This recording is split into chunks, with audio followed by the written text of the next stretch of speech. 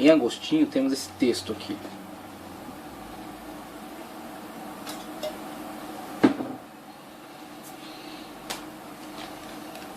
Então o livro A Cidade de Deus, de Agostinho, tá ok? É o tomo 2, parte 2, tá certo? Capítulo 7, as duas ressurreições, os 1000 anos do Apocalipse e razoável modo de pensar sobre eles. Veja que a abordagem dele já inicia com uma crítica, né? O razoável modo de pensar sobre eles, ou seja, havia um outro ponto de vista que não é nada razoável, que é a questão desses excessos. Então, eu quero instigar essa questão de nós vermos que essa crítica, na verdade, é honesta. É honesta. É uma questão de chamar aquelas pessoas que estavam entrando para aquela linha de interpretação, chamá-los a serem moderados, a moderar essas imaginações que estavam tendo com relação a essa questão milenista. E aí surge essa escola com essa proposta.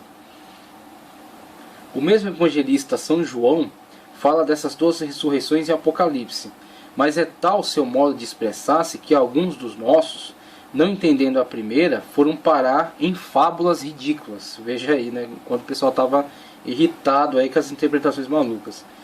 Diz São João no citado livro: vi também descer do céu um anjo que tinha na mão a chave do abismo e grande corrente. Agarrou o dragão, a antiga serpente, que se chamou Diabo e Satanás, acorrentou-o por 1000 anos e precipitou no abismo, e fechou o abismo sobre ele, e pôs seu selo, para que até que se completem os 1000 anos não mais seduza as nações.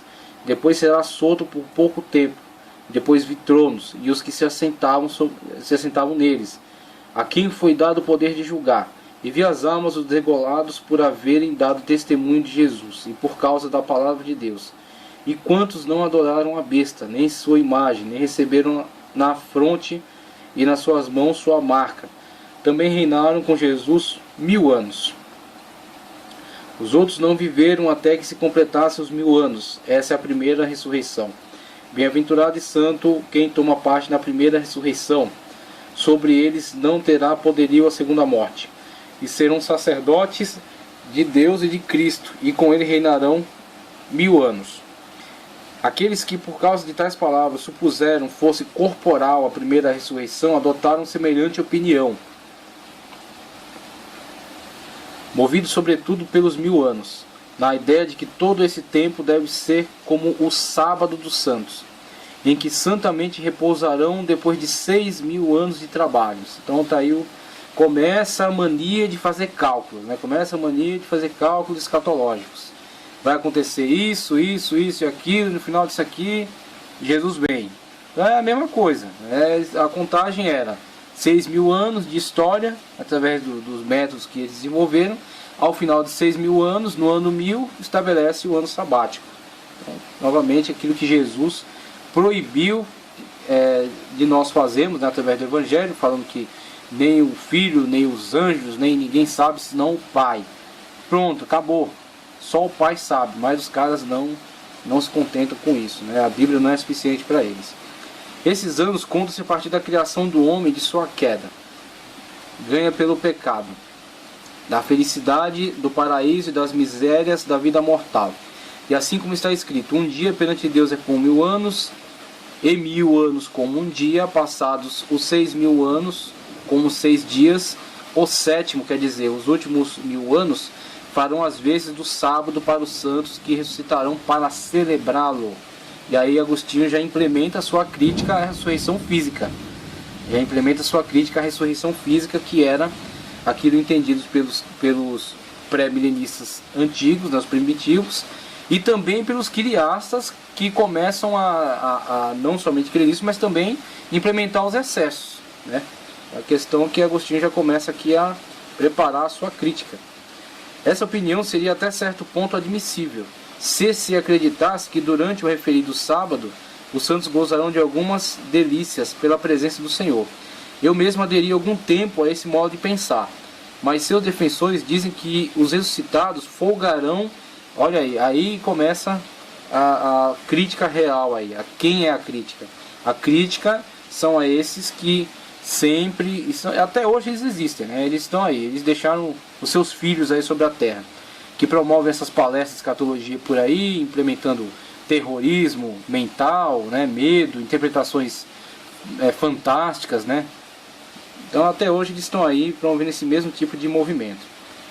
Eu mesmo aderi a essa interpretação, mas seus defensores dizem que a ressurreição, os ressuscitados folgarão em moderados banquetes carnais, em que haverá comida e bebida em tal excesso que excederão as orgias pagãs. Olha só como é que os caras interpretavam algumas coisas, né?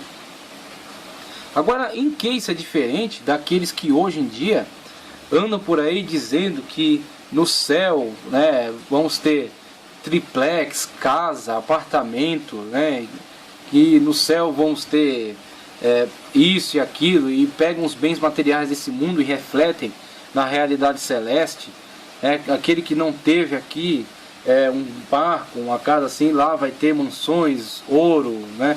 Então o que acontece? Uma coisa é o milênio na terra, que é o que os pré-tribulacionistas afirmam, onde a igreja vai reinar com Cristo na terra. Outra coisa é o céu. E o céu não é possível uma explicação plausível, definitiva sobre ele, porque é um outro ambiente. Então o que acontece? O máximo que podemos fazer é espiritualmente sentir o gozo da presença de Deus e entender. No céu isso vai ser constante. Isso vai ser uma constante. A eternidade, o ambiente espiritual, a presença de Deus. Não há como desvendar aquilo que teremos no céu. Então não adianta ficar fazendo imaginações absurdas, que é o que Agostinho está criticando aqui. As orgias pagãs. E isso não podem crer senão os carnais. Veja só que está dizendo, quem crê nesse tipo de coisa só pode ser gente carnal. Os espirituais, porém, dão-lhe o nome de quiliastas. Palavra grega que literalmente podemos traduzir por milenaristas. Refutá-los por miúdo levaria muito tempo. Prefiro, por isso, aqui mostrar como a gente deve entender essas palavras da Escritura. Diz o próprio nosso Senhor Jesus Cristo: ninguém pode entrar na casa do forte e roubar-lhe os vasos se primeiro não amarrar bem. Por forte designa o diabo. Isso pode submeter a si o gênero humano. E por vasos os fiéis, pois pode submeter a si o gênero humano, e por vasos os fiéis, que mantinha enredados na impiedade e no pecado. Para manietar, pois, o referido forte, São João viu no Apocalipse descer do céu um anjo que tinha na mão a chave do abismo e grande corrente, e agarrou o dragão, prossegue a antiga serpente, que se chamou Diabo e Satanás, e acorrentou por 1000 anos, quer dizer, acorrentou-lhe o poder de seduzir e dominar os remidos. Então ele faz uma analogia entre aquilo que Cristo fala acerca da libertação, que nós entendemos como libertação das almas, do poder do pecado, do poder de Satanás. Ele faz uma analogia entre esse texto e o texto de Apocalipse, da questão de Satanás ser amarrado por 1000 anos. Ele entende que na verdade está se referindo a isso. Os 1000 anos podem, segundo me parece, ser entendidos de duas maneiras. Ou porque isso há de passar-se nos 1000 últimos anos, quer dizer, no 6º milhar, como no 6º dia, cujos últimos agora transcorrem para serem seguidos pelo sábado, que não tem tarde, ou seja, pelo repouso dos santos, que não terá fim. Em tal sentido, aqui chamaria 1000 anos, a última parte desse tempo, como dia que dura até o fim do mundo, tomando a parte pelo todo. Então ele fala, isso aqui na verdade é uma metonímia. Ele toma a parte pelo todo, mas não necessariamente é 1000 anos literal, mas no sentido de grande largueza, de grande tempo. Ou se serve de 1000 anos para designar a duração do mundo, empregando o número perfeito para denotar a plenitude do tempo. O número 1000 é o cubo de 10, e 10 vezes 10 é 100. É o cubo de 10 e 10 vezes 10 é 100. 100 é a figura plana. Para torná-la sólida é preciso multiplicar 100 por 10. E já temos os 1000. Se por conseguinte às vezes se emprega o número 100 para indicar a totalidade, como quando o Senhor fez essa promessa àqueles que tudo deixam para seguir, receberá o centro nessa vida.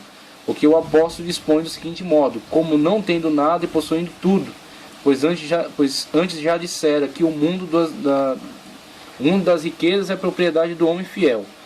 Quanto mais se usará o número 1000 para designar a universalidade.